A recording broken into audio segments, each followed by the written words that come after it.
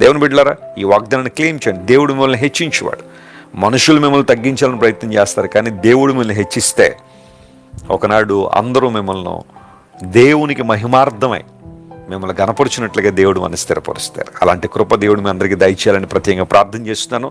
మీకోసం, మీ బిడ్డల కోసం, మీ కుటుంబం కోసం పట్టుదలగా ప్రార్థన చేయండి. దేవుడు మిమ్మల్ని హెచ్చించే సమయం ఆసన్నమైంది. God will definitely exalt you and glorify his name. ప్రార్థన చేసుకుందాం.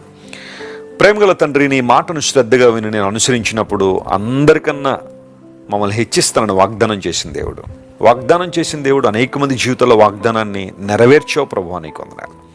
దావీదు జీవితంలో వాగ్దానం నెరవేర్చావు. ఆ కారణాన్ని బట్టే నేను ఎంతటి వాడిని ప్రభువా అని నీ సన్నిధిలో ప్రార్థన చేశాడు.